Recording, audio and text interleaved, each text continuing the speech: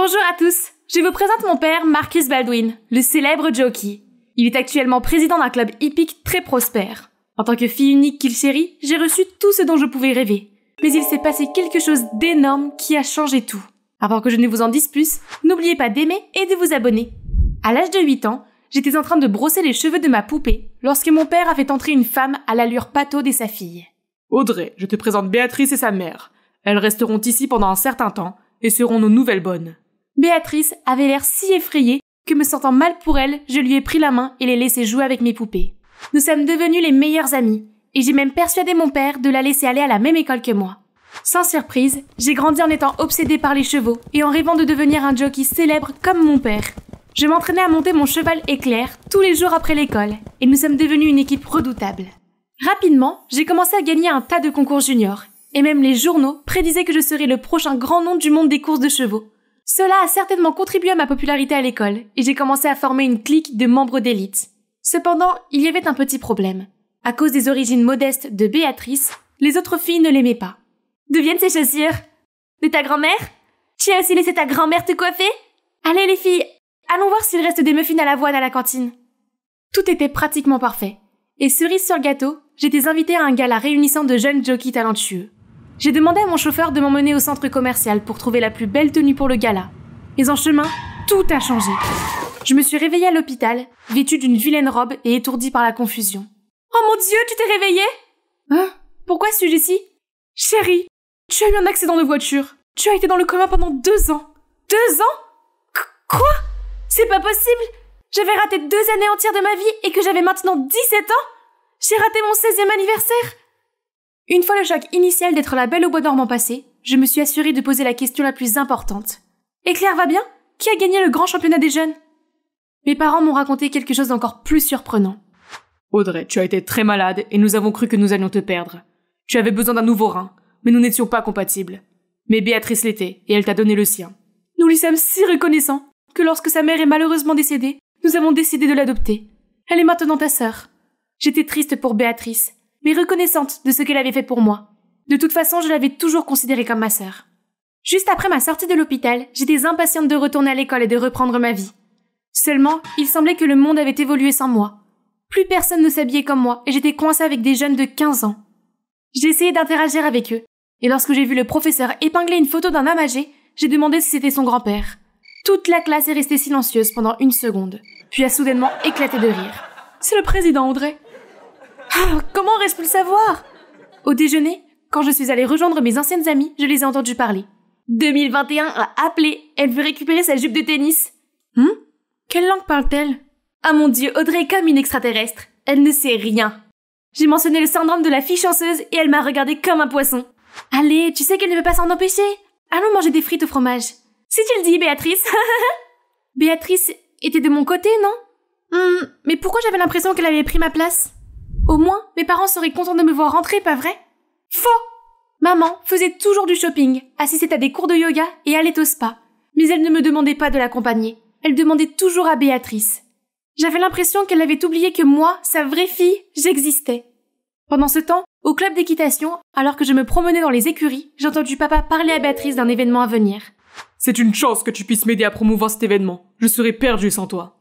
Je n'avais plus ma place à l'école, à la maison, ni au club hippique. La vie a fait changer autour de moi et je me sentais figée dans le temps. Pire encore, je devais prendre ce médicament dégoûtant. Une fois, ma bonne m'a pourchassée pour me faire prendre le médicament, mais j'ai utilisé des coussins et des livres pour lui barrer la route. J'étais tellement distraite en faisant ma course d'obstacles que je suis tombée directement sur Douglas Baron, l'associé de mon père. Mon Dieu, tu es vraiment une jeune fille déterminée. Le soir, mon père m'a convoquée dans son bureau. Je pensais qu'il allait me reprocher de ne pas avoir pris mes médicaments. Mais au lieu de cela, il m'a dit quelque chose que je n'attendais pas.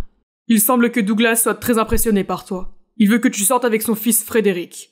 L'entreprise a subi beaucoup de pression ces derniers temps, et voir Douglas de notre côté serait bénéfique, d'autant plus qu'il est notre principal partenaire. Quoi? Tu veux que je sorte avec un inconnu juste pour aider ton entreprise? Je peux relancer l'entreprise moi-même sans avoir à le faire. J'ai juste besoin de gagner le tournoi de course de chevaux. Non, c'est trop tôt après le coma, tu n'es pas encore prête. La seule solution, c'est de sortir avec lui. Comme si j'allais écouter mon père. Je suis donc venue secrètement ici avec Béatrice. J'étais sur le point de sceller Éclair, mais j'ai senti une bouffée de crottin de cheval et j'ai commencé à avoir des vertiges et des nausées. Papa a soudain débarqué et m'a emmenée à l'hôpital. Il s'est avéré que j'étais allergique aux fumées de cheval. Ah. Ensuite, papa a commencé à me crier dessus parce que je m'entraînais sans sa permission. Heureusement, Béatrice m'a informé de ce qui s'est passé et m'a parlé de ton allergie. Béatrice, pourquoi? Désolée, je l'ai seulement dit à papa parce que je m'inquiétais pour toi. Peu importe, je vais quand même refaire la course de chevaux. En fait, il y a la kinésithérapie. Si tu réussis le test d'agilité, tu pourras quand même reprendre l'entraînement. Papa, s'il te plaît.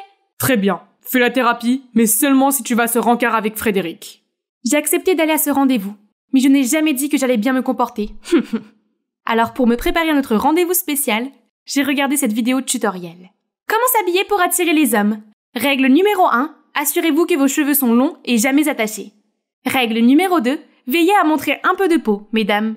Règle numéro 3, les chaussures doivent être délicates. Et tada! Alors que je me présentais au restaurant avec un look ridicule, j'ai instantanément reconnu ce gars excentrique de l'école. Frédéric. Je me suis donc assurée d'avoir l'expression la plus inaccessible sur mon visage. Dès que je me suis assise, j'ai fait exprès de commander le plat le plus bizarre, un hamburger à la crème glacée. J'étais persuadée qu'il me prendrait pour une folle et qu'il partirait. Mais au lieu de cela, il s'est approché et a goûté à mon hamburger à la crème glacée. Intéressant. Quoi? Comment a-t-il pu aimer ça? Que quelqu'un appelle la police de l'alimentation? Ton sens de la mode est si rafraîchissant. Tout en toi est fascinant. Je suis plutôt amoureux. Les rumeurs sur son caractère excentrique sont vraiment vraies. Après le rendez-vous désastreux avec Frédéric, j'ai rencontré Stéphane, un étudiant en médecine à l'hôpital qui m'aidait avec ma rééducation. Pendant la formation, il a été attentif et très encourageant. Je commençais à me sentir mieux, mais Frédéric est arrivé et a insisté pour rester là afin de vérifier que Stéphane faisait bien son travail. Il n'arrêtait pas de fredonner des airs ennuyeux et de grignoter des chips très bruyamment. Ensuite, à la maison, il n'a pas voulu partir et a continué à m'embêter. Quand il est finalement parti, je me suis plainte auprès de Béatrice sur son agacement. Mais à ma grande surprise, elle m'a dit qu'elle le trouvait mignon et drôle. Cela signifie que Béatrice aime Frédéric? Le jour de l'examen physique, j'ai passé tous les tests sans la moindre erreur. Je souriais lorsque le médecin a fait son annonce. Mademoiselle Baldwin, je crains que vous n'ayez échoué à l'évaluation. J'ai quitté les lieux en courant et en pleurant. Quelqu'un s'asseyait à côté de moi et j'étais sur le point de lui dire de partir quand j'ai réalisé que c'était Stéphane. Audrey, les progrès que tu as faits sont impressionnants. J'étais sûre que tu réussirais. En voyant son visage bienveillant, je me suis sentie un peu mieux. Puis il m'a proposé de me raccompagner chez moi. Alors que nous nous dirigeons vers le parking, nous entendons Béatrice hausser le ton avec le médecin. Nous nous sommes arrêtés pour écouter. Je ne vous donnerai pas plus d'argent. Je vous ai déjà payé pour avoir fait échouer Audrey. Signez ceci pour que je sois sûre que vous garderez le secret. Quoi? Comment Béatrice a-t-elle pu me trahir ainsi? Béatrice, pourquoi? Pourquoi tu fais ça? Je ne comprends pas à quel point c'est difficile de vivre dans ton ombre. J'adore le club équestre, mais si tu reviens, je n'aurai plus rien à faire. Tu gâches tout. Puis il est parti en claquant la porte, me laissant bouche bée. Je suis rentrée à la maison et j'ai raconté à papa ce qu'elle avait fait. Je m'attendais à ce qu'il soit de mon côté, mais... Je suis sûre que tu réfléchis trop à la situation. Tu devrais être reconnaissante envers Béatrice. Non seulement elle t'a sauvé la vie, mais en plus elle a accepté d'épouser Frédéric pour sauver l'entreprise. Béatrice, elle faisait ça que pour me voler ma vie. Cela ne marcherait pas. J'étais plus déterminée que jamais à reprendre l'équitation et à réclamer ma vie. La mienne. Pendant ce temps, Stéphane m'a aidé à trouver un autre médecin pour me tester. Et cette fois, j'ai réussi. J'ai montré mes résultats à mon père et il m'a finalement autorisé à reprendre l'entraînement. Mais lorsque j'ai évoqué le fait que Béatrice avait soudoyé le médecin, il est resté silencieux. Suis-je encore sa fille? D'accord, changement de plan alors. J'ai rencontré Frédéric pour lui poser des questions sur son mariage avec Béatrice. Alors, est-ce que tu as accepté le mariage? Pas question. Je ne veux pas me marier avec, quel que soit son nom. Super! Je veux dire, c'est triste. Eh bien, mon cœur t'appartient. Et si on se vengeait d'eux en faisant semblant de sortir ensemble? On fait juste semblant, si ça ne te dérange pas. Faire semblant ou pas, si ça veut dire être ton petit ami, alors je le ferai. Nous sommes donc rentrés à la maison, nous nous sommes liés les bras, et nous nous sommes regardés l'un l'autre d'un air amoureux. Le visage crispé de Béatrice était un vrai tableau. J'ai repris l'équitation, et j'ai contourné mes problèmes d'allergie en utilisant des sachets, et en m'aspergeant de parfum. Cela a fonctionné au début, mais j'ai commencé à devenir allergique aux sachets également. Stéphane l'a remarqué, et le lendemain, il est arrivé avec des sachets d'herbes faits maison. Non seulement ils ont aidé à soigner mon allergie, mais ils m'ont aussi calmé. Sans mon allergie, j'ai pu me concentrer sur l'entraînement, et j'ai rapidement retrouvé ma formidable capacité à monter à cheval. J'ai présenté mes talents au club, et tout le monde a semblé impressionné. Un talent comme le tien devrait être à la tête du club! Je ne suis peut-être pas grande pipelette comme quelqu'un que je connais, mais les actes sont plus éloquents que les paroles. Béatrice était manifestement jalouse de ma réussite, et elle m'a fait des farces à l'école. Une fois, elle est devenue gentille et m'a offert un café, mais il s'est avéré qu'elle avait mis de la sauce piquante dedans. J'étais tellement en colère. J'ai remplacé sa sonnerie par des bruits de paix et j'ai appelé son numéro. C'était hilarant. Mais elle s'est soudainement évanouie et a été emmenée à l'infirmerie de l'école. Oh, elle était tellement blessée qu'elle s'est évanouie. J'ai dit aux autres qu'elle faisait semblant, mais au lieu de m'écouter, ils ont tous pris le parti de Béatrice. Tu es tellement ingrate. Béatrice t'a même donné son rein et tu lui as fait si peur qu'elle s'est évanouie. Oui, tu ne serais pas là aujourd'hui sans elle. Quel genre de personne es-tu? Me sentant découragée et non écoutée, je me suis enfuie. Je suis rentrée en trombe chez moi, et sur le chemin j'ai croisé Stéphane. Incapable de contenir mes émotions, j'ai éclaté en sanglots. Il a insisté pour que nous allions nous promener, et j'ai fini par tout lui raconter. Je n'approuve pas ce que Béatrice a fait, mais je le vois un peu de son point de vue. C'est une orpheline qui a besoin d'une famille. Elle a enfin trouvé sa place dans le monde, et puis tu t'es réveillée et tu es devenue une menace. Je n'avais jamais vu les choses sous cet angle. La meilleure chose à faire était d'arrêter les vengeances inutiles, et de mettre toute mon énergie dans ma guérison. J'ai cessé de fréquenter ma clique, et j'ai rompu avec Frédéric. Je me suis entraînée dur au club, mais pas pour mon père ou pour l'entreprise, mais pour moi-même. Béatrice est arrivée et a essayé de me provoquer, mais je l'ai ignorée. Tous mes efforts ont porté leurs fruits et je me suis qualifiée pour le tournoi. Au tournoi, j'étais en tête de la course et je me sentais invincible. Mais les abeilles ont commencé à bourdonner autour du visage de Éclair. Il a paniqué et s'est mis à ruer, puis tout est devenu noir. Je me suis réveillée à l'hôpital, somnolente, et j'ai vu quelqu'un fouiller dans mon lit. Béatrice. Qu'est-ce que tu fais? Puis Stéphane est apparu. C'est ça que tu cherches? J'ai vu Béatrice échanger tes sachets contre des sachets de pollen pour attirer les abeilles. Je parie qu'elle a aussi échangé ceux d'avant pour aggraver tes allergies. Qu'est-ce que j'ai fait pour mériter ça? C'est si facile pour toi, n'est-ce pas? À cause de toi, j'ai tout perdu. Béatrice, comment tu pues? Excuse-toi auprès d'Audrey tout de suite. Non, je ne le ferai pas. Tout est de ta faute. Tout est de ma faute. Il y a de nombreuses années, j'ai eu une relation avec la mère de Béatrice. Nous nous sommes quittés à l'amiable, mais ce n'est que dans ces derniers jours qu'elle m'a dit la vérité. Béatrice est ma fille. Je ne voulais contrarier personne, alors je l'ai gardée pour moi. Mais quand tu as eu besoin d'un rein et que Béatrice s'est avérée compatible, j'en ai profité pour proposer de l'adopter. Puis tu t'es réveillée et nous étions si heureux. Je n'ai pas réalisé à quel point cela avait affecté Béatrice, ou toi, Audrey. S'il te plaît, pardonne-moi. Je vais arranger les choses. Maman et moi étions sous le choc, et maman lui a dit d'aller chercher Béatrice. Puis maman m'a serrée dans ses bras. Chérie, Béatrice et toi méritez de la chaleur et de l'amour. Je te promets que les choses iront mieux à partir de maintenant. Le lendemain, en quittant l'hôpital, j'ai vu Béatrice se diriger vers moi. Je suis vraiment désolée. Tu n'as été que bonne avec moi et j'ai été horrible. J'étais tellement inquiète pour toi quand tu étais dans le coma. Et quand tu t'es réveillée, j'ai eu peur que plus personne ne veuille de moi. Je tiens à toi, Audrey. Tu es ma sœur. Je l'ai entourée de mes bras. Tu as toujours été une sœur pour moi, Béatrice. Mais s'il te plaît, plus de farce. Puis j'ai vu Stéphane s'approcher de moi en tenant un énorme ballon. On dirait que tu as de la compagnie. Je suis content de vous voir ensemble. Tiens, je t'ai apporté ça. Savez-vous ce que l'on ressent lorsqu'on vit dans un splendide château luxueux, que l'on porte des robes extravagantes, que l'on se régale de plats exquis et que l'on est toujours entouré de serviteurs? En fait, je ne le sais pas vraiment non plus. Je ne suis qu'une petite servante qui a la chance d'être amie avec la princesse Anne. Au fait, je m'appelle Diana et je suis née dans le palais d'un petit royaume européen. On dirait un conte de fées, n'est-ce pas? Eh bien, je ne mène pas vraiment une vie de conte de fées. Si je suis ici, c'est grâce à ma mère, Stella. Elle a consacré toute sa vie à servir la reine, et en retour, j'ai été autorisée à vivre au château. Lorsque j'ai grandi, je suis devenue la servante de la princesse Anne, qui a à peine quelques années de plus que moi, et nous nous sommes tout de suite bien entendus. Ironiquement, je ne suis pas vraiment faite pour être servante. Je suis un peu, d'accord, peut-être très maladroite, et j'ai tendance à être moins serviable que je ne le devrais. Quand tout est calme, il est probable que je me sois cachée dans la bibliothèque, perdue dans une mer de livres sans fin. Ce serait plus amusant si Anne était aussi heureuse que moi de passer du temps à la bibliothèque, mais elle ne s'intéresse pas beaucoup à la lecture ou aux études. Elle dit que cela fait vieillir à vue d'œil, mais elle doit quand même assister aux cours obligatoires, sur ordre de la reine bien sûr. En revanche, elle préfère cuisiner, faire le ménage et décorer. Alors chaque fois qu'il n'y avait pas de regard sur nous, Anne et moi nous aidions. Je me glissais dans ses cours. J'écoutais attentivement le professeur pour pouvoir l'aider plus tard à faire ses devoirs. En retour, elle m'aidait à faire les courses du palais. Anne, c'est comme ça que j'imaginais avoir une sœur. Nous nous soutenions mutuellement. Je connaissais la vraie Anne, je soutenais sa passion pour la pâtisserie même lorsque sa propre mère le lui interdisait, et j'étais la seule à savoir qu'elle avait le béguin pour le comte Harold, qui venait souvent porter les hommages du peuple. Anne était si gentille qu'elle me donnait toujours plein de bons plats à partager avec maman et les autres servantes. Mais maman n'était pas très enthousiaste à ce sujet.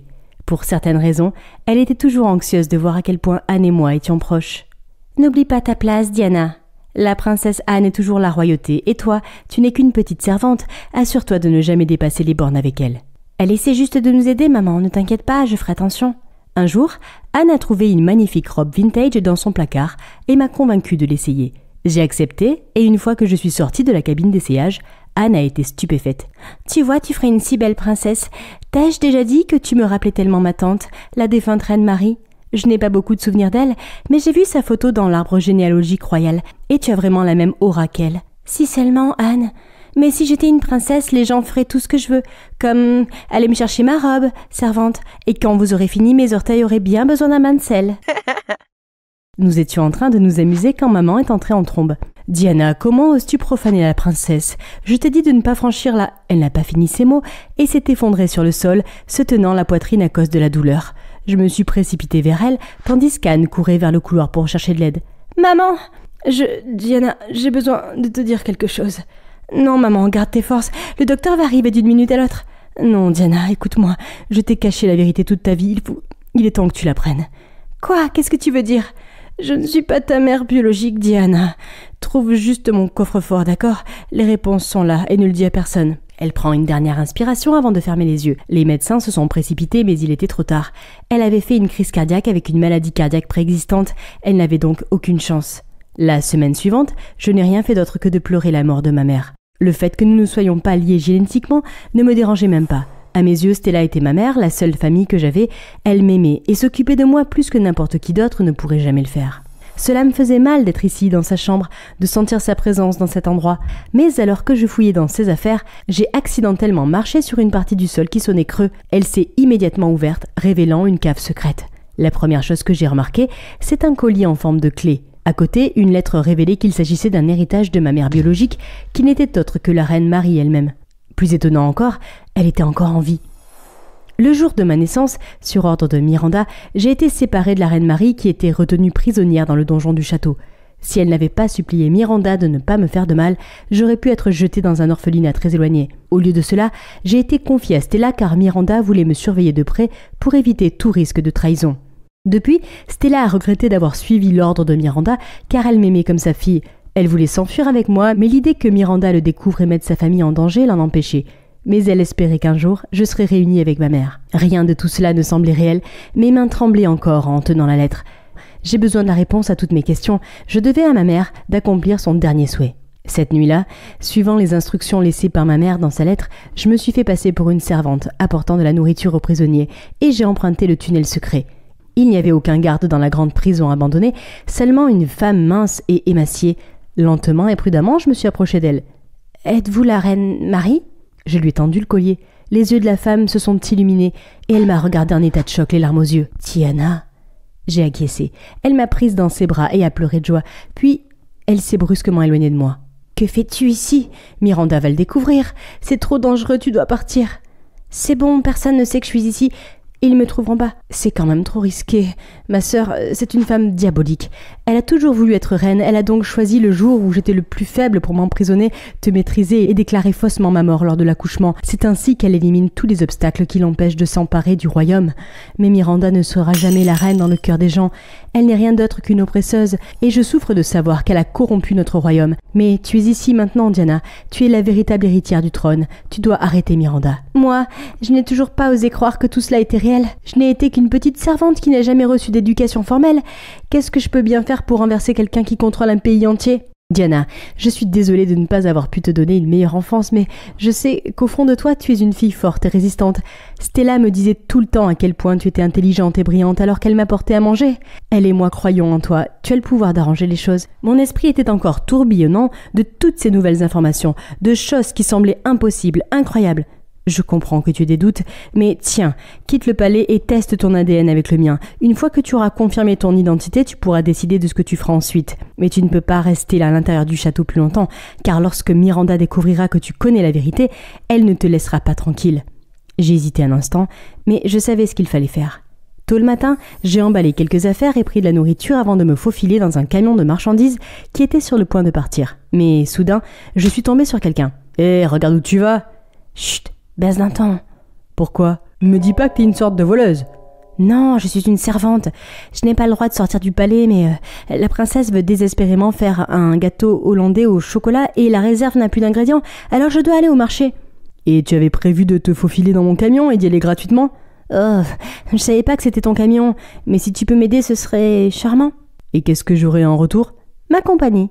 C'est juste, c'est un trajet assez solitaire. Au fait, quel est ton nom ? Diana. Quel est le tien ?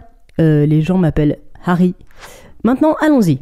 Nous sommes montés dans le camion et Harry s'est avéré ne pas être un si mauvais compagnon.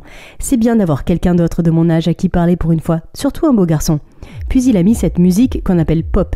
Je vous jure que c'était tellement bon que je n'ai pas pu m'empêcher de groover. Cette chanson est ma préférée, tu la connais ? Non, la reine ne nous autorise pas à posséder une radio. Oh, waouh, peut-être que je peux t'en passer une en cachette ? Ah, j'adorerais ça. Après un certain temps de conduite, nous avons fait une pause dans la forêt pour nous dégourdir les jambes. J'ai partagé avec Harry des biscuits qu'Anne avait préparés plus tôt dans la journée quand soudain un serpent s'est enroulé autour de la partie inférieure de ma jambe et y a enfoncé ses dents. La douleur a immédiatement augmenté. Quelques instants plus tard, Harry a délogé le serpent et l'a jeté au loin. Puis il s'est penché sur moi et a aspiré le venin de ma blessure sans hésiter. J'ai rougi, à la fois confuse et flattée. Il a pris des vêtements propres dans le camion et m'a aidé à bander la blessure. Je suis désolée, c'était bizarre. Non, c'est gentil de ta part, et je déteste vraiment dire ça, mais je ne pense pas que le serpent soit venimeux. Je l'ai lu dans un livre une fois, mais je te remercie quand même de m'avoir sauvé. Son visage devint rouge vif quelques minutes plus tard. C'était si mignon. Nous avons ensuite poursuivi notre route. Lorsque nous sommes arrivés dans un quartier aristocratique, où les gens semblaient vivre dans le luxe, j'ai commencé à douter que le royaume soit aussi pauvre et en mauvais état que l'avait dit la reine Marie. Jusqu'à ce que nous arrivions dans la communauté des roturiers. J'ai été surprise par les petits bâtiments et les maisons qui étaient vieilles et en ruine. Le marché était pratiquement désert, avec seulement quelques vendeurs en vue. Je n'y ai même pas trouvé de quoi faire de la pâtisserie. La nuit tombait et Harry m'a demandé si je voulais dormir chez lui. Je n'avais nulle part où aller, alors j'ai accepté. La maison de Harry est étonnamment petite, mais elle est propre et confortable. Son père est médecin et sa mère s'occupe de sa sœur de 3 ans. Ils m'ont gentiment accueilli et m'ont invité à dîner avec eux. Le moins que l'on puisse dire, c'est que le repas était frugal et je pouvais voir que tout le monde avait encore faim après le repas. J'ai un pain dans mon sac. J'aimerais le partager avec vous tous. Si vous êtes d'accord, pour vous remercier de votre hospitalité. La mère de Harry sourit et hoche la tête, et sa petite sœur pousse un cri de joie en mangeant de la miche de pain. Depuis le début de la famine, tout le monde a souffert, même ceux qui avaient un bon travail. Nous avons tous dû nous serrer un peu la ceinture. C'est alors qu'un grand coup de poing retentit à la porte d'entrée. « Ouvre cette porte maintenant ou nous la défoncerons !» Tandis que Harry et ses parents se précipitaient vers la porte, je me suis caché dans une autre pièce, craignant d'être reconnu. Les gardes étaient là pour exiger le paiement de l'impôt, faute de quoi la famille serait expulsée de la maison. Cela me faisait mal de les voir donner de l'argent, fouiller leurs poches pour compter jusqu'à la dernière pièce qu'ils avaient. Cette nuit-là, je me suis tournée et retournée. Je n'arrêtais pas de penser à la façon dont la reine Miranda avait pu opprimer son propre peuple à ce point. J'étais submergée par la culpabilité en pensant à la façon dont Anne et moi partagions allègrement les tributs pris à ses propres gens, sans savoir qu'ils souffraient et mouraient de faim. Je ne pouvais pas rester au lit plus longtemps. Je me suis glissée dans le couloir et dans l'escalier et j'ai soudain aperçu le père de Harry qui lisait un livre à la lumière d'une lampe. « Je suis désolée de vous déranger. »« Ne t'inquiète pas, je peux t'aider pour quelque chose. » J'ai vraiment besoin de votre aide. Vous voyez, j'ai quitté le palais parce que je voulais confirmer quelque chose. Si vous pouviez comparer mon ADN à celui-ci, cette personne croit qu'elle est ma mère biologique. Bien sûr, cela pourrait prendre quelques jours. C'est très bien, mais s'il vous plaît, n'en parlez à personne. Il avait l'air confus, comme s'il voulait plus de questions, mais voyant que j'étais réservée, il ne l'a pas fait. Le lendemain matin, j'ai aidé Harry et sa mère à nettoyer les maisons des autres personnes qui n'avaient pas pu payer la taxe la nuit dernière. Les gardes avaient saccagé plusieurs maisons à la recherche de l'argent. Et maintenant, ils se retrouvaient affamés et sans le sou. Cela ne pouvait pas continuer ainsi. Je devais d'abord trouver un moyen de nourrir les gens. J'ai donc eu l'idée de chasser les animaux sauvages dans la forêt pour me nourrir. Ensuite, j'ai demandé à chaque ménage de construire une cave cachée sous le sol pour stocker leur nourriture et garder leur propriété pour eux. J'étais tellement concentrée sur la situation que je n'ai même pas eu le temps de m'inquiéter des résultats de l'ADN, jusqu'à ce que je les reçoive le soir même. Le résultat montre que vous et l'autre personne êtes effectivement apparentés. Je vois. Il montre également que l'autre ADN appartient à la défunte reine Marie. Puis-je savoir comment cela est possible ? C'est parce que la reine Marie est toujours en vie, et si le résultat est vrai, cela signifie que je suis vraiment sa fille. À ce moment-là, Harry entre dans la pièce de façon inattendue, la mâchoire décrochée. Tu es quoi ? La petite Jasmine jouait au football avec ses amis quand ils se sont arrêtés parce que quelqu'un devait aller faire pipi. Oui, je dois y aller aussi. Ils sont donc tous allés dans les bois et la mâchoire de Jasmine s'est décrochée en les voyant. Qu'est-ce que c'est que ça ? Pourquoi font-ils tous pipi debout comme ça ? Jasmine est la plus jeune enfant et la seule fille d'une famille où il n'y a que des garçons. Sa mère étant décédée à sa naissance, Elle a grandi avec son père et ses 3 frères. Son père est un homme d'affaires prospère qui peut assurer une vie heureuse à ses 3 fils, mais il a du mal avec Jasmine parce qu'il n'a l'habitude d'élever que des garçons. Bien qu'il ait fait de son mieux pour élever une fille, Jasmine est devenue comme un 4e fils. Elle a les cheveux courts, s'habille comme eux et joue aux jeux de ses frères. Elle a même tendance à ne pas se doucher pendant plusieurs jours. Sa chambre est en désordre et décorée avec des affaires de garçons. Ses frères lui ont même donné un nom de garçon. Un jour, alors qu'elle jouait, son frère aîné, Gary, a appelé ses frères et sœurs plus jeunes. L'appel! Comme des soldats, ils se sont alignés du plus grand au plus petit, proclamant leur nom haut et fort. Gary, Aaron, Nick, Jasmine? Ses frères ont froncé les sourcils d'un air désapprobateur. Puis Gary a eu une idée. Non, ça ne sonne pas bien. Que dirais-tu d'un nouveau nom? Un nouveau nom? Pas un vrai nouveau nom, juste un pseudonyme. Quelque chose de cool qu'on peut t'appeler. Qu'est-ce que tu en dis? Bien sûr. Et si on t'appelait Gucci? Gucci, comme la marque de luxe? Ouais, ça a l'air cool. Alors qu'en penses-tu, Jasmine? Tu aimes Gucci? Jasmine hoche la tête, et à partir de ce jour, tout le monde l'appelle Gucci. Elle a appris à l'aimer plus que son vrai nom, et en grandissant, elle a supposé qu'elle était un garçon.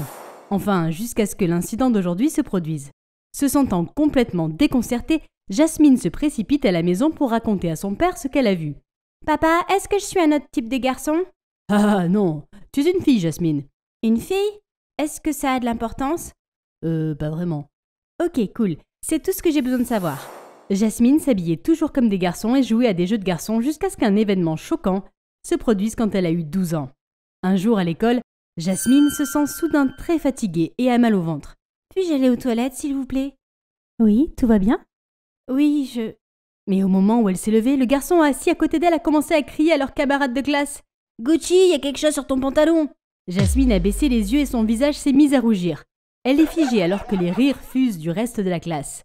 Incapable de supporter une seconde de plus, elle a quitté la salle en courant et sans se retourner, bien que son professeur ait crié son nom dans le couloir.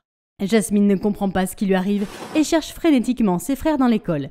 Lorsqu'elle les retrouve, ils sont tout aussi perplexes qu'elle. Essayant de comprendre ce qu'il faut faire, ils ne réalisent pas qu'ils se sont retrouvés devant l'infirmière. Une fois en sécurité dans le bureau, Jasmine demande « Dites-moi, madame, suis-je en train de mourir ?»« Non. »« Oh mon Dieu, je suis en train de mourir, n'est-ce pas?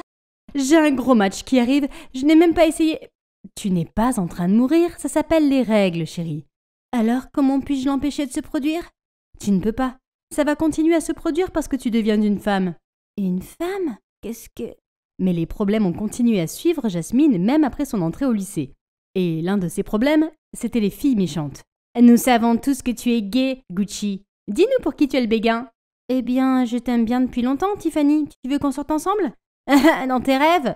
Jasmine était satisfaite d'elle-même tandis que le groupe de filles partait en trombe. Un jour, Jasmine descendait les escaliers et a glissé, mais quelqu'un l'a rattrapée. Elle a levé les yeux vers son sauveur et a découvert Mike, le nouvel élève, l'ange qui venait de rejoindre son lycée.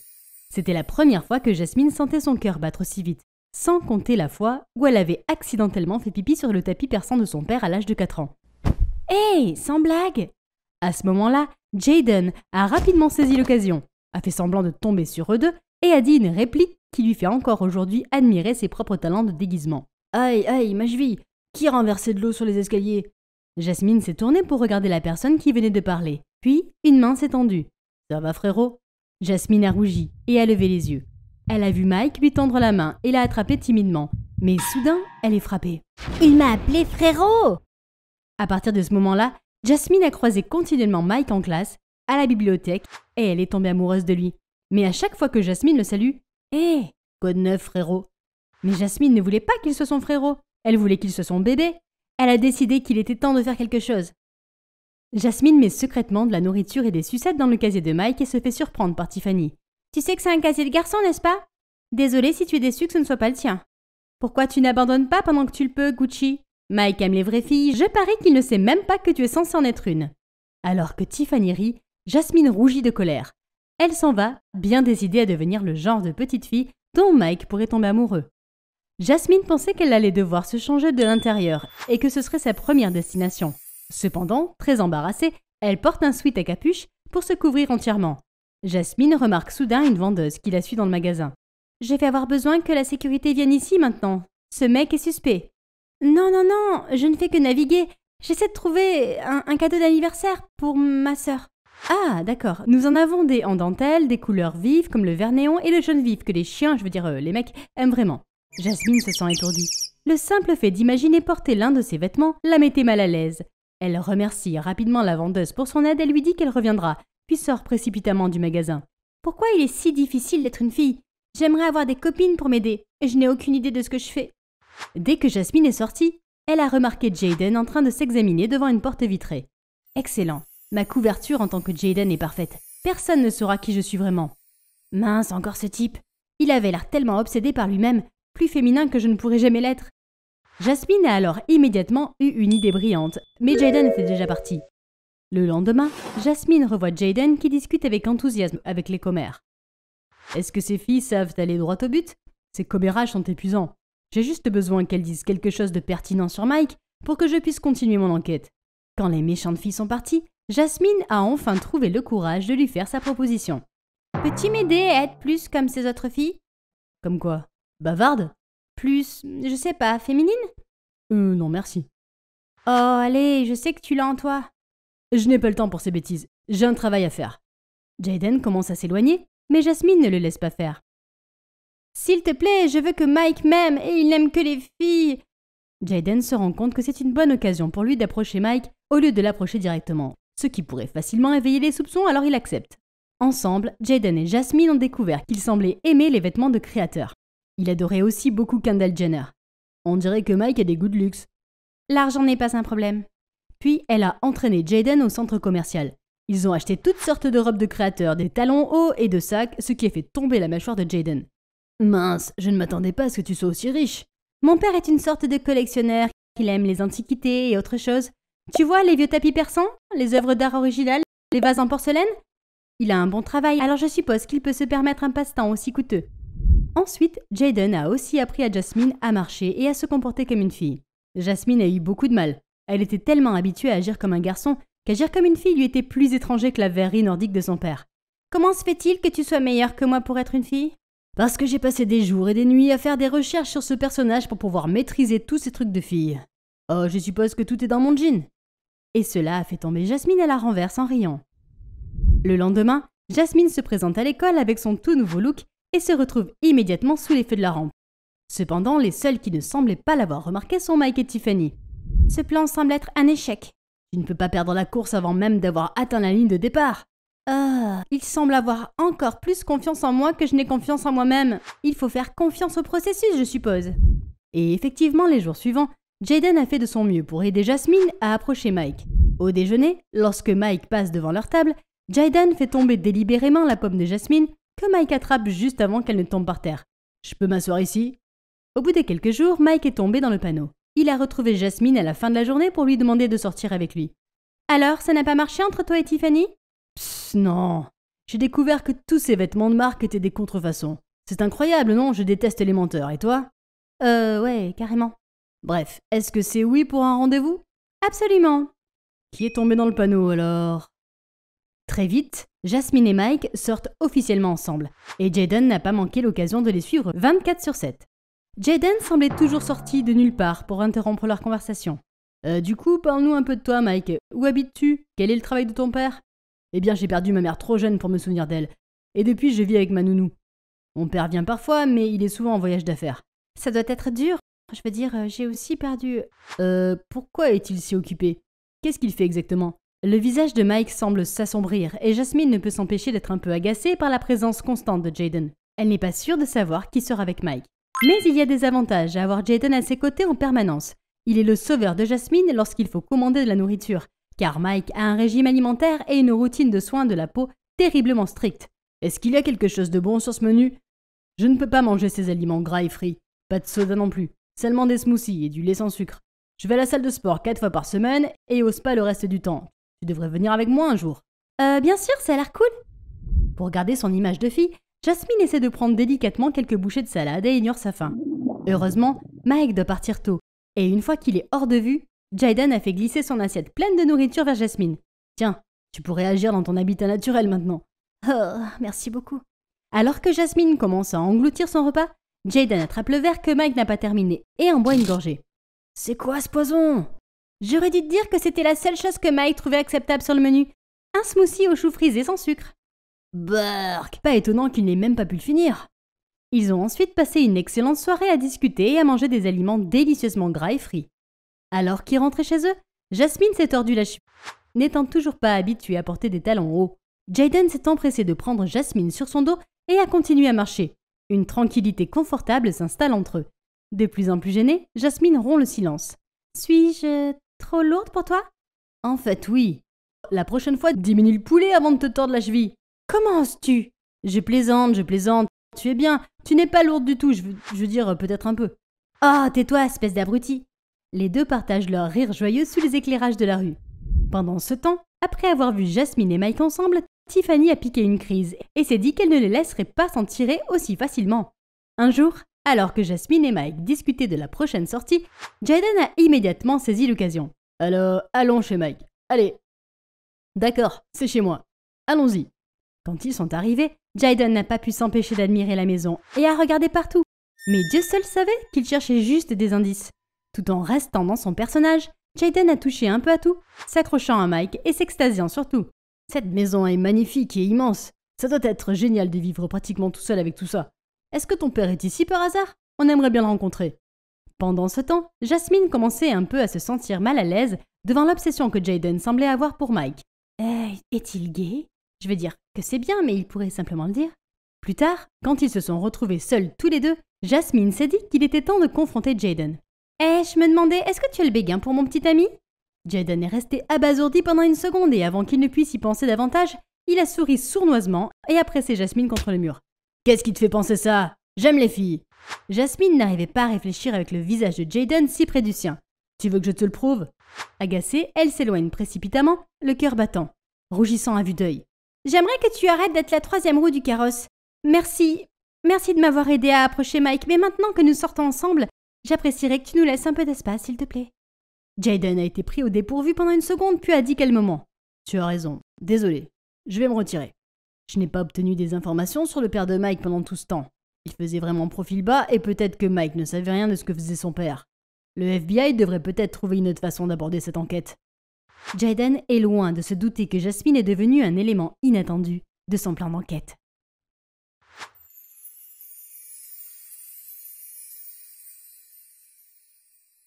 Jayden a été déconcerté pendant une seconde, puis a dit calmement « Tu as raison, désolé. Je vais me retirer. Être la troisième roue du carrosse pendant tout ce temps ne m'a pas permis d'obtenir des informations sur le père de Mike. Il faisait vraiment profil bas. Et peut-être que Mike ne savait rien de ce que faisait son père. Le FBI devrait peut-être trouver une autre façon d'aborder cette enquête. » Jayden est loin de se douter que Jasmine est devenue un élément inattendu de son plan d'enquête. Par la suite, Jasmine et Mike ont eu des rendez-vous privés, juste pour eux deux. Mais Jasmine s'est sentie de plus en plus éloignée de lui. Pourquoi cette perruque est-elle si longue? Et ces putains de chaussures? Pourquoi les filles veulent-elles se torturer avec ces choses? Jasmine pense à la dernière fois qu'elle a été avec Jayden. Comment elle aurait pu enlever ses stupides talons et apprécier d'être portée par lui? Mais bien sûr, cela ne pourrait jamais se produire devant Mike. Jayden a tenu sa promesse et nous laisse tous les deux seuls. Mais pourquoi ai-je l'impression qu'il manque quelque chose? Tu es très belle aujourd'hui. Ce collier est divin. Ah oui, je l'ai pris dans le cabinet d'antiquité de mon père ce matin. Je suppose qu'il a appartenu à une ancienne reine égyptienne. Mon père en a beaucoup. Oh, vraiment? Comment ça se fait? Eh bien, il a développé une passion très profonde pour la collection d'antiquités et a rempli toute notre maison plein de choses. Intéressant. Juste à ce moment-là, Mike savait exactement quoi faire ensuite avec la riche et naïve Jasmine, alors qu'elle est encore totalement ignorante. Ce soir-là, Jasmine a du mal à s'endormir. Elle se demande comment Jayden peut disparaître comme ça. Très bien, ne me laisse pas te revoir. Je te forcerai à me regarder manger 10 seaux de poulet frit, puis à courir 10 tours en me portant. Jasmine ne réalisait pas, cependant, que derrière son inexplicable frustration envers Jayden, il lui manquait, en fait. Le lendemain, dès que Jasmine arrive à l'école, Mike s'approche d'elle de toute urgence. « Est-ce que je t'ai dit que j'allais avoir 16 ans ce week-end ?»« Non, tu n'as rien dit. Tu as prévu quelque chose de spécial pour ton grand jour ?» Oui, en fait c'est pour ça que je suis venue te trouver. Je voulais m'assurer que tu avais assez de temps pour mettre la plus belle des tenues, parce que je voudrais que tu rencontres mon père là-bas. Tu dois lui faire une bonne impression. Waouh, je vais devoir y réfléchir, ok? Après cela, Jasmine a cherché Jayden partout, mais n'a trouvé aucune trace de lui. Jayden, où étais-tu passé? Ce soir-là, alors que Jaden discute de la situation avec son partenaire, il est surpris de voir la silhouette de Jasmine à la porte. Comment a-t-elle trouvé le chemin jusqu'ici? Comment oses-tu t'absenter ces derniers jours? Tu te rends compte du nombre d'excuses que j'ai dû donner au superviseur des étudiants juste pour avoir ton adresse? Puis Jasmine a commencé à parler à Jaden de son dernier rendez-vous avec Mike, du fait qu'elle pensait que Mike n'était pas le bon parti pour elle, et que Mike voulait la présenter à son père lors de la fête d'anniversaire de Mike. Je pense qu'il faut que je rompe avant que la famille ne s'en mêle.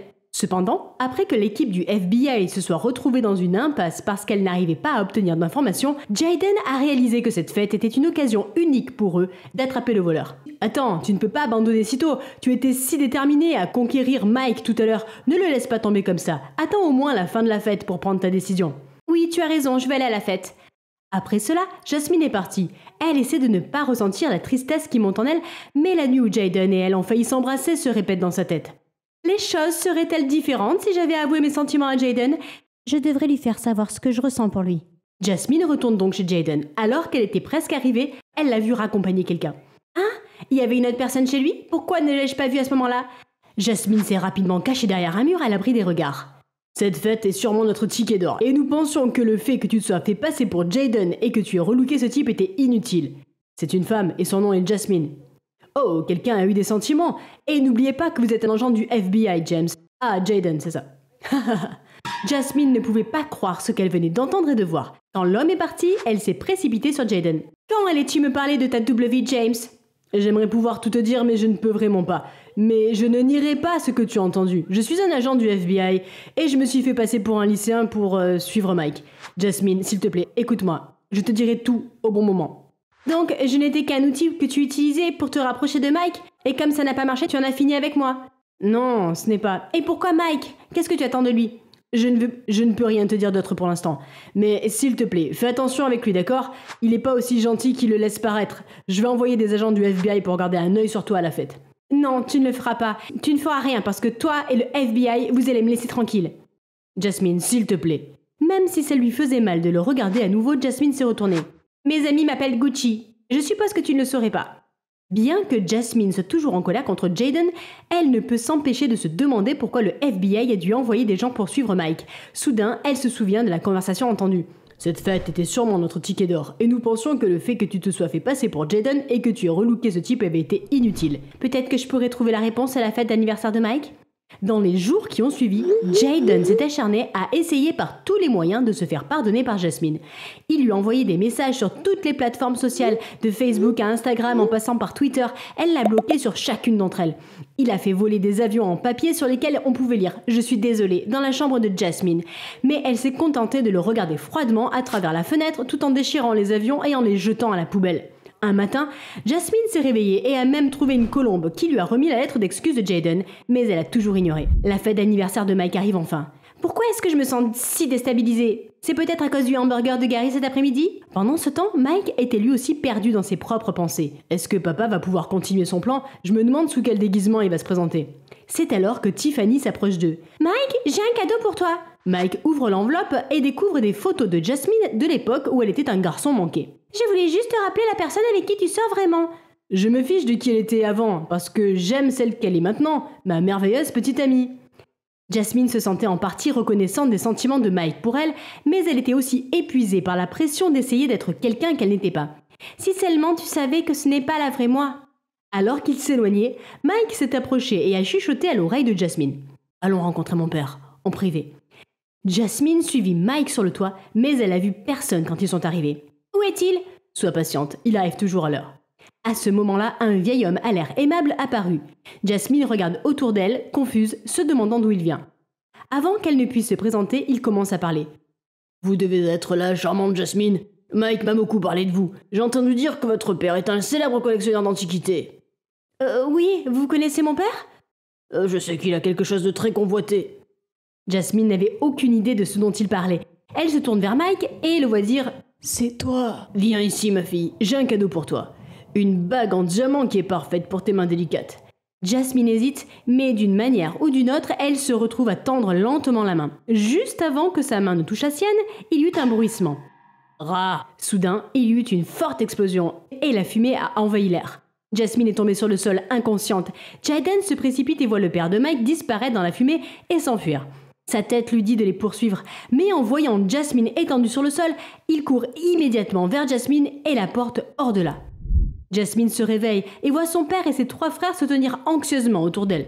Grâce à leur témoignage, elle sait qu'un message anonyme a été envoyé à son père la nuit dernière, exigeant qu'il lui remette un précieux collier en échange de Jasmine. La police a confirmé que l'expéditeur de ce message menaçant est un voleur de carrière. Mais je me demande comment il a su que notre famille avait ce collier. Jasmine se souvient avoir porté ce collier pour voir Mike et lui avoir révélé que son père était un collectionneur d'antiquités. Est-ce que ce voleur pourrait être... Rappelle-toi qu'il fait ça depuis longtemps, on l'appelle le voleur fantôme. Il a sûrement un talent pour repérer les objets de valeur et échapper à la police. Malheureusement, c'est la même chose cette fois. En fait, ce jeune policier aurait pu l'attraper, mais il a choisi de sauver votre sœur. Notre famille lui doit beaucoup.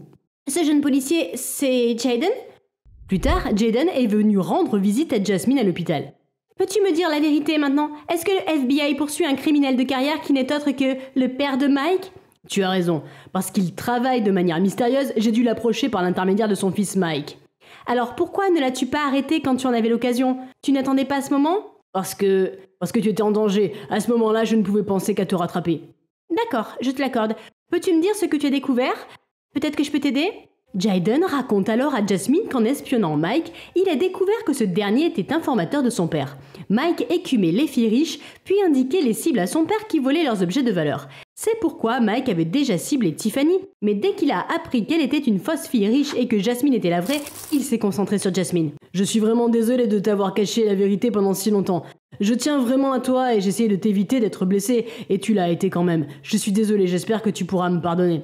Tu m'as sauvé la vie après tout. Je pense qu'on peut dire que nous sommes quittes, donc qu'est-ce qu'on fait ensuite ? Je ne sais vraiment pas. J'ai peut-être une idée.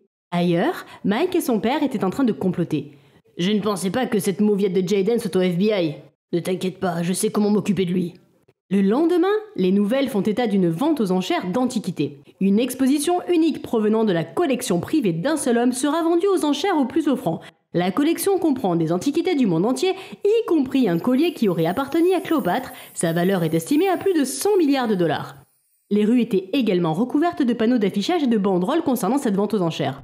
Le soir de la vente aux enchères, tous les VIP de la classe supérieure se sont rassemblés dans le hall principal de l'hôtel pour se préparer au grand événement. En outre, des centaines d'agents de sécurité et de policiers ont été engagés pour surveiller les bijoux de la vente aux enchères 24 heures sur 24 et 7 jours sur 7. Avant le début de la vente aux enchères, le père de Jasmine a prononcé un discours de bienvenue à l'attention de tous les invités. Mesdames et messieurs, j'ai l'honneur de vous accueillir à la vente aux enchères d'aujourd'hui. Comme vous le savez, je collectionne les antiquités en tant que hobby, alors pour partager un peu de la joie que cette collection m'a apportée, les bénéfices de la vente aux enchères d'aujourd'hui seront reversés à l'orphelinat. Monsieur, est-il vrai que le collier de Cléopâtre sera également vendu aux enchères aujourd'hui ? C'est vrai, mais il n'est pas ici. Il est actuellement gardé dans un endroit très sécurisé que même un moustique ne pourrait pas traverser et il sera présenté lors de la phase finale. Vous n'avez pas peur que le voleur fantôme, maître du déguisement, le vole ? Eh bien, il peut certainement me tester, ha ha ha. Toute la foule a éclaté de rire sans le savoir. Dans un coin, une élégante dame les observait tous avec un sourire en coin. À 9h précises, alors que les bruits de la vente aux enchères résonnaient dans les couloirs de l'hôtel, quelqu'un vêtu d'une chemise noire et portant un sac à dos apparut à la porte, essayant de mettre une clé dans la serrure. Passe un geste, main sur la tête, coincé voleur. Je ne pas...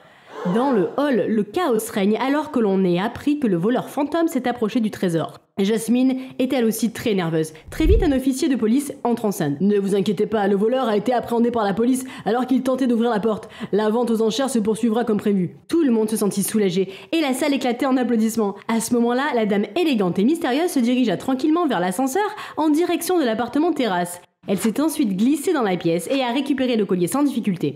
Ces stupides flics doivent être en train d'amener cet imbécile au poste de police.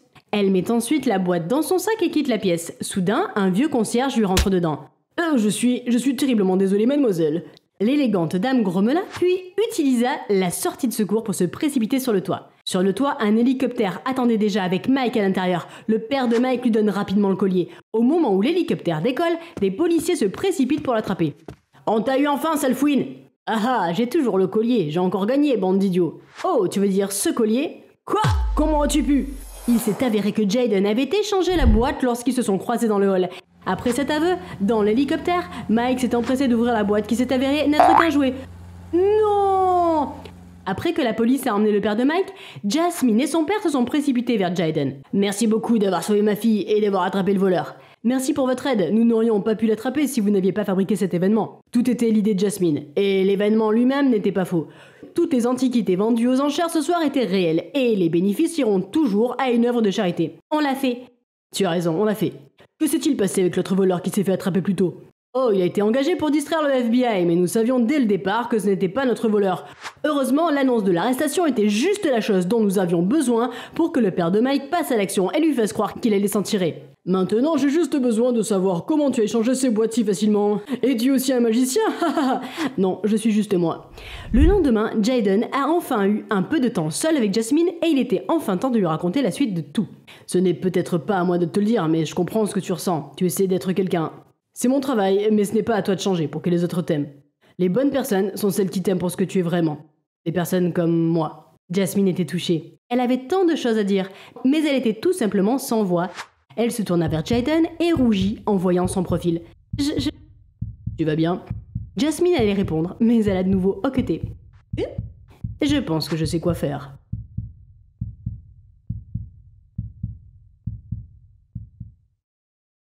J'étais dans ma chambre, fredonnant la dernière chanson d'Harry Styles et préparant des cadeaux pour mes nouveaux camarades.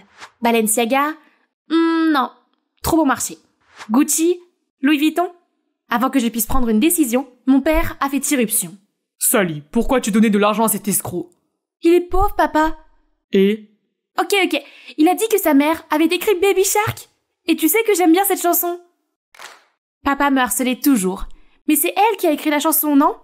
Bref, je suis Sally Meyers, la fille cadette de Frédéric Meyers, le PDG de l'agence à succès Modeling Sync. Je suppose que vous direz que ma vie a été extravagante. Mais partager avec les autres n'est pas extravagant. Papa dit que je devrais arrêter de me préoccuper des sacs à main et faire un stage dans son entreprise. Mais comment une jeune fille aussi sexy que moi pourrait-elle se tuer à la tâche dans un travail ennuyeux ? J'ai donc déménagé et je me suis mise à la recherche de ma vocation dans la vie et de mon prince charmant. Un jour, je faisais du shopping quand... Boum ! Nos yeux se sont croisés et je ne sais pas si c'est à cause de la chute ou non, mais je me suis sentie étourdie en voyant son visage d'ange. Soudain, il s'est penché vers moi et m'a volé mon premier baiser. Désolé pour ça. Je n'ai pas payé mon loyer. Je ne pouvais pas laisser mon propriétaire me voir. Et les enfants, c'est comme ça que j'ai rencontré votre père. Ah, pas encore. Mais bientôt quand même. Un mec mignon qui me tombe dans les bras. C'est forcément le destin. Alors je l'ai invité à vivre chez moi, le temps qu'il gagne de quoi payer son loyer. Il s'appelle Robert, et il est beau, c'est un excellent cuisinier, et il adore les animaux. Il est pratiquement parfait. Sauf pour ses sautes d'humeur. Parfois, avant de sortir, il me préparait mes cafés au lait d'avoine préférés et s'assurait que j'allais bien. Mais en rentrant à la maison, il s'affalait sur le canapé et m'ordonnait de lui préparer des sandwichs. Mais bon, même les âmes sœurs ont parfois des accros. J'ai dit à papa et à ma sœur Mia à quel point il était parfait. Mais ils étaient tous les deux très négatifs. L'amant idéal ou un chercheur d'or ? Si ton petit ami est si parfait, où est-il ? En fait, ils n'ont pas encore vu le visage de Robert. C'est juste qu'il a eu peur de l'appareil photo. Je voulais absolument prendre des photos de couple, mais il a esquivé à chaque fois. Bébé, ce visage n'est que pour toi. Oh, il était si gentil et si attentionné. Malgré la désapprobation de papa et de Mia, il a continué à poser des questions sur leurs loisirs et leur travail. Il était tout simplement parfait. Il n'y avait rien à demander de plus de sa part. En fait, si. Venez ici. Juste un secret entre vous et moi. Je crois que Robert va me demander en mariage. Ces derniers temps, il avait l'air de s'agiter et d'être nerveux. Un jour, Robert m'a demandé de le rencontrer dans un restaurant de luxe. J'étais sûre que c'était le bon moment. Toute ma vie, j'ai toujours rêvé d'un mariage avec mon prince charmant. Oui, j'aimerais être Madame Hemmings. Regardez, il a fouillé dans sa poche et en a sorti un billet de train. Sally, mon père vient de mourir. J'ai besoin de retourner dans ma ville natale pour un moment.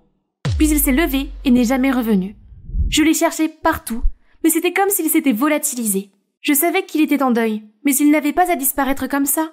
J'ai voyagé jusqu'à sa ville natale, mais tout le monde disait que Robert Hemmings était mort il y a des années. Alors, qui était mon Robert ? Est-ce que je savais vraiment quelque chose sur mon âme sœur ? Papa avait-il raison de dire que Robert était un chercheur d'or ? Assez de bêtises, Sally. Il est temps de grandir. Je ne pouvais plus aller à l'encontre de papa. Je devais rentrer à la maison et travailler à l'agence. Au moins, j'avais Mia ici. Mais non, je ne la voyais presque jamais. Elle était vraiment trop occupée à diriger le département marketing pour venir me voir. Je me sentais perdue et je n'aimais pas du tout mon travail. Pire encore, Robert me manquait tellement que je continuais à faire des erreurs stupides. Tout le monde m'en voulait. Si seulement Robert était là, il me remonterait le moral. Un jour, Mia m'a demandé de lui livrer quelques tenues pour une séance photo. En arrivant, j'ai vu que la séance était déjà en cours. Prends ces photos, chérie, pendant que je suis encore jeune. C'est vrai que ce type était très imbu de sa personne. Ma curiosité s'est éveillée et j'ai essayé de le regarder en cachette. Mais quand j'ai vu qui était l'un des mannequins, j'ai laissé tomber les vêtements sous le choc. Oh mon Dieu, c'était Robert! J'ai foncé à travers le groupe de personnes et je l'ai entouré de mes bras. « Robert, où étais-tu passé? Je t'ai cherché partout !» Mais il m'a repoussé. « Lâche-moi, qui es-tu? Pourquoi es-tu sur moi comme une épidémie? Je ne te connais pas. »« Quoi? Mais je suis ta petite amie !»« Hé, vous rêvez? Mettez-vous en ligne d'abord. » Doucement le tigre, voici Henri, notre nouveau modèle le plus sexy. Henri qui? Je n'avais aucune idée de ce qui se passait, alors j'ai fait sortir Mia. Mia, il est identique à Robert. Tous les hommes ne sont pas ton ex ingrat. Il n'est pas rare que les gens se ressemblent. Ton engouement pour Robert te fait imaginer des choses. C'est peut-être vrai. Elle a discuté avec moi, puis m'a confié la responsabilité de la séance. Mais je n'arrivais pas à balayer l'image de Robert sur ce Henri. Puis j'ai entendu des chuchotements. Henri est un nouveau venu, mais le dernier mois, il a participé à 3 grandes séances photos pour des magazines. La rumeur dit que c'est grâce à un sponsor secret. Quelque chose ne collait pas. Alors j'ai décidé de me plonger plus profondément pour résoudre le mystère de Robert ou pas Robert, et je suis facilement devenue l'assistante d'Henri. Tôt le lendemain matin, je me suis habillée et j'ai couru vers la maison d'Henri. Robert faisait habituellement la grasse matinée. Alors si Henri était Robert, il n'aurait sûrement pas... Nous sommes en retard. Hein? Oh! Surprise! Nous ne sommes pas en retard car j'ai changé le programme d'aujourd'hui en activité caritative. Puis ne lui laissant aucune chance de poser des questions, je l'ai immédiatement traîné jusqu'à la voiture. Hier soir, lorsque le parrain a appelé, j'ai acquiescé sans aucune hésitation. Imaginez ces pommettes brillantes sur un prospectus de soupe populaire, pour l'art et pour la communauté. Seulement, lorsque nous sommes arrivés sur place, il n'y avait qu'un champ rempli de vaches et pas une seule boîte de soupe en vue. Ah, tu as fait don d'herbe aux vaches? Toujours aussi crédule. Comment sais-tu que je suis crédule? Le personnel me l'a dit. Un problème? Puis Henri est parti, me laissant là avec les vaches. Mais attendez une minute. Ces mouvements avaient un peu trop d'allure. Robert était-il aussi féminin avant? Pourquoi pas un peu de mon gâteau fait maison que Robert dévorait toujours avec appétit? C'est le plat préféré de Robert, n'est-ce pas Robert? Il s'est mis à tousser et à marmonner qu'il avait tellement faim qu'il aurait mangé n'importe quoi. Bien sûr, hein. Voyons donc quelles excuses tu trouveras dans l'émission de cuisine, chef. Vos excellentes compétences culinaires vont se révéler, cher Robert. Continue comme ça. Mais mon sourire s'est évanoui lorsque j'ai vu Henri casser les pâtes en deux, confondre la sauce tomate avec la sauce piquante et mettre le feu à une casserole, ce qui a fait sortir tout le monde en courant, effrayé. J'ai dû faire beaucoup d'excuses au producteur pour nous en sortir. Je ne comprenais pas pourquoi mon plan avait si mal tourné. Robert adorait les animaux. Il ne pouvait pas résister à un adorable chiot. J'ai donc amené Cora, mon nouveau teckel, au travail. Mais à ma grande surprise, lorsque Cora s'est précipitée pour l'accueillir, il a hurlé comme une banshee et a couru le long du couloir comme s'il était poursuivi par des zombies. Est-ce possible?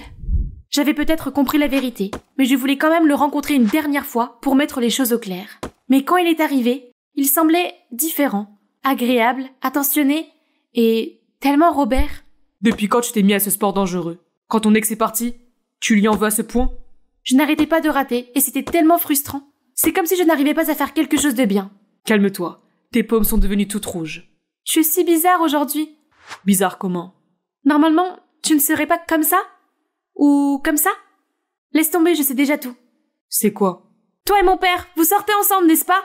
Tu veux être ma belle-mère, dans ton rêve. J'étais folle de penser que tu étais mon Robert. Quoi? Je n'aime pas ton père, Je ne voulais plus de ces mensonges, mais il m'a tiré en arrière et m'a embrassée. J'étais encore en train d'essayer de digérer tout cela quand il a reçu un appel et s'est enfui, me laissant toute seule comme cette fois-là. Il n'y avait pas d'erreur sur ses lèvres. C'est mon Robert. Mais pourquoi continue-t-il à le nier? J'avais besoin des conseils de Mia, mais elle n'était pas là. Alors j'ai attendu dans le salon. Au bout d'un moment, la porte s'est ouverte et j'ai aussi entendu la voix d'Henri. Pourquoi était-il là? Je me suis immédiatement cachée dans un coin et j'ai vu ma sœur l'embrasser sur la joue. Henri, mon petit ami adoré. Petit ami? Quoi? Donc papa n'était pas le sponsor secret d'Henri? C'était Mia? Mais il vient de m'embrasser. Est-ce qu'il me trompait avec ma propre sœur? Cette nuit-là, tant de pensées m'ont traversé l'esprit. Ma sœur est donc sortie avec mon petit ami? Quand se sont-ils rencontrés? Attends, c'est pour ça que Robert n'a jamais voulu prendre de photos avec moi? Parce que c'est plus pratique pour lui d'approcher Mia? Il avait tout planifié depuis le début? Cela me fait très mal, mais je ne veux pas faire de peine à Mia. J'avais besoin de connaître tous les détails avant de lui dire quoi que ce soit. Au travail, j'ai fait semblant d'agir normalement tout en préparant un plan pour l'anniversaire d'Henri. Je savais qu'il allait l'ignorer, mais j'ai invité tout le personnel chez lui et bien sûr, il n'a pu courir nulle part. Et son manager, alias moi, a accidentellement renversé de l'eau sur lui pour qu'il enlève son gilet. Comme prévu, la clé de sa chambre était dans sa poche. Je suis allée dans la chambre d'Henri et j'ai passé la carte. Mais il fallait un mot de passe. J'ai eu 3 tentatives pour y parvenir. J'ai essayé l'anniversaire de Robert, puis le mien, mais non. J'avais une dernière chance. Alors, d'une main tremblante, j'ai saisi sur la date de notre anniversaire. Et ça s'est ouvert. J'ai fouillé partout et j'ai trouvé beaucoup de documents sur Modeling Sync. Puis j'ai trouvé quelque chose d'autre. Une photo de lui avec... Lui ? À ce moment-là, quelqu'un m'a attrapé par l'épaule. C'était Robert. Mais avant que je puisse parler, il m'a montré son badge de police et m'a arrêté pour effraction. Il m'a emmené dans une pièce sombre et j'ai entendu parler à l'extérieur. Quelle idiotie de ta part d'utiliser la date de votre anniversaire comme mot de passe. Puis Robert a fait irruption dans la pièce, suivi par... Un autre Robert ? La vérité est de toute façon connue. C'est le Robert que tu cherches et son vrai nom est Travis. Et je suis Edward, pas Henri. Nous sommes des flics sous couverture qui enquêtent sur ton père. Il s'est avéré qu'on a demandé à Travis de m'approcher d'abord en tant que Robert et que son frère Edward le remplaçait parfois lorsqu'il était occupé. C'est pourquoi le tempérament de Robert était si chaud et si froid. Mais nous ne pouvions pas nous attendre à ce que cet enfant t'apprécie. L'amour étant strictement interdit dans notre métier, Robert devait partir. J'ai donc créé Henri et j'ai approché l'autre fille du suspect pour poursuivre la mission. C'était le plan jusqu'à ce que mon frère simpliste aille te voir sans me le dire. Donc, celui qui m'a embrassé était... C'était moi. Je voulais juste vraiment te voir. C'est fou! Mais pourquoi mon père? Qu'est-ce qu'il a fait? Edward a révélé qu'il soupçonnait que Modeling Sync était une couverture pour le trafic d'êtres humains et que mon père était le cerveau de l'opération. Non, pas du tout! Mon père est un homme bon. Edward, il a toujours été gentil avec toi, n'est-ce pas? Les gens ne te montrent que la version qu'ils veulent que tu vois. Mais ce garçon stupide t'a trompé. Pourquoi ton père ne pourrait pas en faire autant? Sais-tu pourquoi il s'intéresse particulièrement à Henri? Parce qu'il est sa prochaine cible. Je suis désolée, Sally, mais c'est vrai. Je sais que c'est dur à entendre, mais nous avons besoin de ton aide pour arrêter ça. Mon père a-t-il vraiment fait toutes ces choses horribles? Mais cela signifiait que ma vie était un mensonge. Que la vérité me plaise ou non, je devais la découvrir une fois pour toutes. J'ai tenu mon téléphone dans mes mains tremblantes et j'ai attendu le message, même si je n'avais pas envie de le recevoir. En suivant le plan d'Edouard, j'ai couru dans le bureau de papa, paniqué. « Papa, Henri est sur le point de démissionner. J'ai trouvé un billet d'avion aller simple pour l'Ontario. Et il part ce soir. » Quoi? Ce n'est pas possible. Mais le message est arrivé. Tout comme Edouard l'avait calculé, Edouard déguisé en Henri a été kidnappé et amené au port pour être traqué. Alors c'est vrai. Mon père est un criminel. Alors les officiers de police qui ont déjà encerclé cette zone vont l'arrêter et... Sally. Papa? Pourquoi es-tu encore là? Chérie, c'est le milieu de la nuit. Où pourrais-je être autre qu'à la maison? À ce moment-là, Travis m'a appelé. Edouard se déplace dans la direction opposée à l'embuscade de la police. Je sais où il va. Tu devrais y aller directement. J'ai demandé à papa de m'y conduire. Si papa n'était pas derrière tout ça, alors c'était quelqu'un qui travaillait directement avec les mannequins et qui savait qu'Henri était sur le point de partir ce soir. La seule personne qui avait les 3 était... Mia. Nous sommes arrivés en même temps que Travis et la police. Travis a sonné, la porte s'est ouverte sur Mia et ses sbires. Quoi? Mais on vient de le prendre... Sally? Papa? Mia était toujours aussi vive, mais la police avait toujours une longueur d'avance. C'est toi? Travis m'a atteint en premier et m'a protégé d'elle pendant qu'Edouard tirait Mia en arrière. Tu m'as piégé! Nous avons tout ce qu'il faut. Pourquoi as-tu choisi cette voie? Tu as toujours été la préférée de papa, alors que j'ai toujours été une pièce de rechange. J'ai mis mon sang, ma sueur et mes larmes dans Modeling Sync. Et pourtant un jour, ce sera tout à toi. Je préfère ruiner l'agence pour laquelle j'ai travaillé si dur que de l'avoir entre les mains d'autres personnes. Non, non, tu te trompes. Je vous aime toutes les deux. Ils ont arrêté Mia et retrouvé les mannequins kidnappés. Ce que Mia avait fait était mal, mais elle était toujours ma sœur, alors papa et moi lui avons rendu visite en prison. Mia, je suis désolée pour tout. Je pensais que tu étais plus forte que Sally, et quand maman est décédée, qu'elle avait plus besoin de moi que toi. Je sais qu'il est tard, mais je te promets de me rattraper. En partant, j'ai vu Edouard et Travis. Travis m'a prise à part et s'est excusé d'avoir utilisé mes sentiments pour les aider dans leur enquête. J'aimais toujours Travis, mais je n'arrivais pas à m'en remettre. Il m'avait trompée et je n'allais plus jamais laisser quelqu'un me traiter comme une idiote crédule. J'ai donc quitté mon emploi à l'agence et décidé de quitter mon nid douillet et surprotégé pour découvrir le monde réel. Après tout ce qui s'est passé, j'ai continué à croire qu'après la tempête, le soleil se lève toujours. J'ai étudié à l'étranger, j'ai participé à de nombreuses organisations caritatives et je suis devenue enseignante dans des régions reculées. Un jour, Alors que j'enseignais dans un endroit isolé dans la jungle, j'ai croisé un visage familier. Ne t'inquiète pas, je ne te recroiserai pas cette fois-ci. Ce shift était ennuyeux.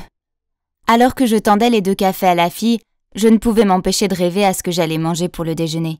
« Excusez-moi, pourquoi cette attitude ?» La fille semblait agacée. Puis avant que je puisse dire quelque chose, elle a crié « Je veux parler à votre directeur !» Le garçon à côté d'elle a essayé de la calmer et lui a demandé de sortir. Puis il m'a dit « Je suis désolée pour ma sœur. » J'ai marmonné « C'est pas grave », en lui tendant sa monnaie de $20. « Oh, gardez-la !» Mais ensuite, il a commencé à s'excuser, a pris la monnaie et est parti. Qu'est-ce qui vient de se passer? J'ai sorti mon téléphone pour regarder mon visage. Oh, super! On aurait dit que j'étais en pétard. Et tout ça parce que je me demandais si je devais prendre des pâtes ou un sandwich.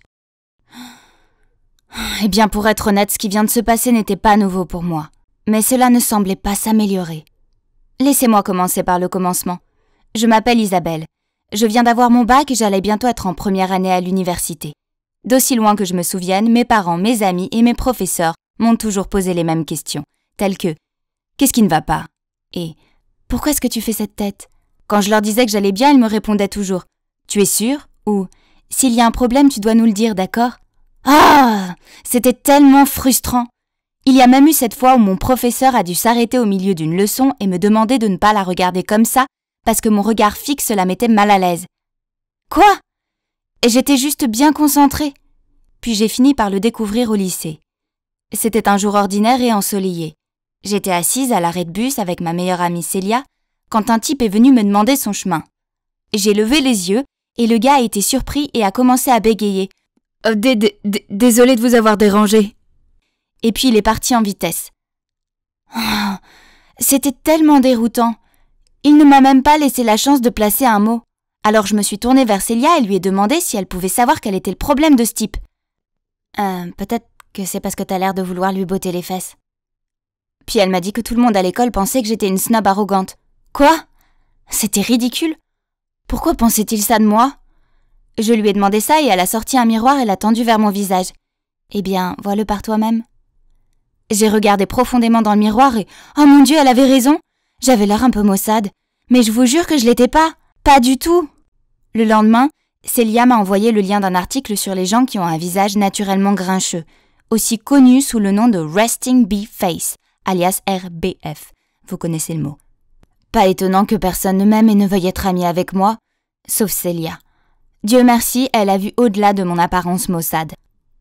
Je voulais que l'université soit différente, alors j'étais déterminée à dire au revoir à Isabelle la snob et à dire bonjour à Isabelle l'heureuse et la joyeuse. J'avais juste besoin de sourire tout le temps. Ça a l'air facile, non? Donc pour mon premier jour à l'université, je suis entrée dans la salle de conférence avec le plus grand sourire sur mon visage. J'espérais avoir l'air amical et pas comme le chat effrayant d'Alice au pays des merveilles. Mais mon sourire s'est immédiatement dissipé quand je l'ai vu. C'était le gars qui voulait me donner $20 de pourboire et qui s'est enfui avec. Pourquoi était-il là? J'essayais de passer pour une fille douce et amicale et je n'avais pas besoin qu'il répande des rumeurs grossières sur moi. La solution la plus simple était donc d'éviter ce type autant que possible. Mais l'univers avait d'autres plans et je me suis retrouvée coincée à faire un projet de groupe avec lui. Oh, génial! Nous nous sommes tous assis en cercle et j'ai découvert qu'il s'appelait Arthur. Notre chef de groupe, Lise, a assigné une tâche à chacun d'entre nous. En l'écoutant, j'ai essayé de garder mon sourire le plus éclatant possible. « Garde-le constant, constant !» Je me suis répétée encore et encore. Mais vous savez quoi? Le faux sourire est un travail difficile et il provoque de sérieuses douleurs au visage. Puis ma joue a commencé à trembler. Alors pour éviter d'avoir l'air bizarre, j'ai décidé de faire une pause dans mon sourire. Et c'est à ce moment que Lise m'a regardée et m'a demandé « J'ai dit quelque chose de mal ?» Tout le monde était bouche bée devant moi et je me sentais rougir. Génial, maintenant je ressemblais probablement à une tomate grincheuse. C'est alors que Arthur a pris la parole. « Continue, on te dira si quelque chose n'est pas clair. » Merci Arthur. Maintenant je sais ce que Lois Lane a ressenti après avoir été sauvée par Superman. C'était encore plus intense que dans le film. Oh et il était en fait assez mignon aussi. Je me suis sentie un peu déprimée après la réunion du groupe. Tout ce que je voulais, c'était me faire des amis. Mais j'avais déjà donné à Lise une mauvaise impression de moi. Je suis pas une grande fêtarde. Mais peut-être que la grande fête des étudiants de première année qui aura lieu vendredi sera un bon endroit pour se faire des amis, pas vrai? Me sentant déprimée, je me suis assise sur un banc près du terrain de sport de l'université et j'ai levé les yeux au ciel. Puis j'ai remarqué que Arthur jouait au foot avec des gars, alors je l'ai regardé jouer un peu. C'est peut-être à cause de la lumière ou du fait qu'il était si sexy en sueur, mais je pouvais pas détacher mes yeux de lui. Je devrais peut-être essayer de lui parler. Le lendemain, je suis entrée dans l'amphithéâtre et j'ai aperçu Arthur assis seul en train de lire un livre. C'était ma chance. Je pouvais m'asseoir à côté de lui et engager la conversation. « Ok, Isabelle, reste cool. » « Oh non, pas cool. Cool, ça veut dire arrogant. »« Reste heureuse. Tu as compris ? Souris. » C'est parti. « Bonjour, est-ce que ce siège… » Arthur a levé les yeux. « Oh, je suis vraiment désolée, je savais pas que c'était ta place. » Puis il a rassemblé ses affaires et est allé à une autre table. « Quoi ? Oh, maudite RBF !» Je n'allais pas abandonner aussi facilement. Alors j'ai fait des recherches en ligne et j'ai lu que le maquillage pouvait aider à régler ma situation. J'ai donc maquillé ma bouche et mes yeux. Puis je suis allée à ma conférence. Seulement, pendant la discussion de groupe, Arthur m'a chuchoté. « Tu es malade ? Car tu as l'air un peu pâle. Pourquoi ne rentres-tu pas chez toi ? Je peux prendre des notes pour toi. » Après l'avoir entendu dire cela, je me suis vraiment sentie un peu malade. Malade de cet échec constant. Mais attendez, ce vendredi c'était la fête. Ce serait ma dernière occasion de me faire des amis et de parler à Arthur. Je n'étais jamais allée à une fête avant, principalement parce que personne ne m'avait jamais invitée. Je suis sûre qu'il pensait que mon air grincheux tuerait l'ambiance.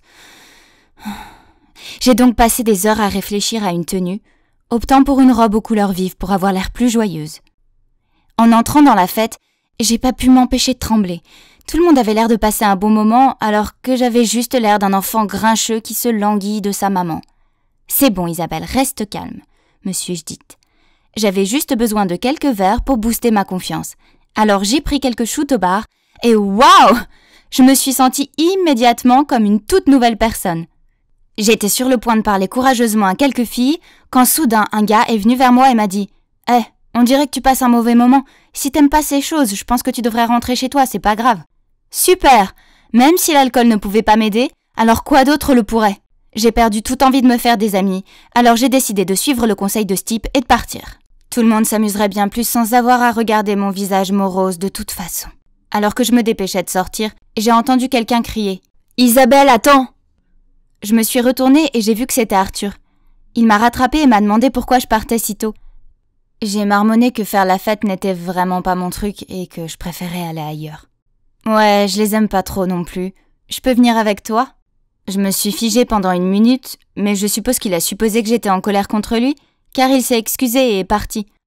Oh bon sang, non ! Pas question de le laisser filer à nouveau. Alors j'ai dit rapidement « Bien sûr que tu peux venir !» Mais c'est sorti comme un cri fort. Le pauvre gars a dû avoir l'impression qu'un tigre grognait devant son visage. Eh bien, au moins il venait quand même avec moi, n'est-ce pas ? Même si c'était par peur. Il avait l'air un peu incertain lorsque je l'ai conduit vers l'un de mes endroits préférés qui se trouvait sous ce pont. Mais lorsqu'il a vu tous les superbes graffitis, il a semblé plus à l'aise. Il s'est amusé à regarder d'une œuvre à l'autre, puis nous avons commencé à parler, et il s'est avéré que nous nous entendions plutôt bien. Nous sommes rapidement devenus des amis proches, et je l'ai même présenté à Célia. Plus je passais de temps avec Arthur, plus il me plaisait. Et j'ai commencé à penser que je lui plaisais aussi. Ne me demandez pas pourquoi, c'est juste une intuition. Et puis un jour, j'ai ouvert la porte pour voir Arthur debout avec un énorme bouquet et un joli paquet cadeau. Oh mon Dieu, c'était pour moi. Je savais que je devais dire quelque chose, alors j'ai marmonné. C'est pour qui ? Aïe, ça avait l'air un peu dur. Devrais-je redemander ? Et peut-être avec une voix plus douce et un sourire ? Mais avant que je puisse dire quoi que ce soit, Arthur a répondu. Oh, c'est pour Célia. Tu peux les lui donner ? Merci. Il me les a tendus et est parti en courant. Quoi ? Arthur était amoureux de Célia ? Mais bon, c'est pas une surprise que les bonnes choses ne m'arrivent jamais, et quelqu'un avec un look naturellement joyeux comme elle aurait tous les mecs. Regardons les choses en face. Qui veut une petite amie à l'air méchant ? Ça craint. Après ça, j'ai fait exprès d'éviter Arthur et on s'est pas parlé du tout pendant une semaine. C'était trop dur. Alors un jour après les cours, je suis allée dans mon endroit préféré sous le pont. Quoi ? Il y avait ce nouveau graffiti. Il était énorme, moche, et je pense qu'il était pour moi. En lettres séchées et dégoulinantes, il disait « Je t'aime, Isabelle ». Je l'ai regardé bouche bée. Était-ce l'idée que quelqu'un se faisait d'une blague? Puis quelqu'un s'est approché de moi. C'était Arthur. « C'est pas ma meilleure œuvre, mais j'ai essayé », a-t-il dit timidement. « Ah, il a fait ça? Mais pourquoi ?» Puis il a continué. « Les fleurs et le cadeau étaient pour toi, mais je pensais que tu étais agacée, alors j'ai paniqué et j'ai dit qu'ils étaient pour Célia. Alors après, je l'ai appelée et je lui ai dit la vérité et elle m'a dit que tu m'aimais bien aussi. » Voilà qui explique les regards bizarres que Célia me lançait. J'allais vraiment lui toucher un mot plus tard.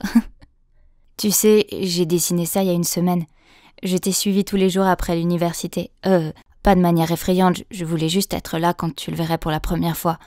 Et waouh, ça en valait vraiment la peine.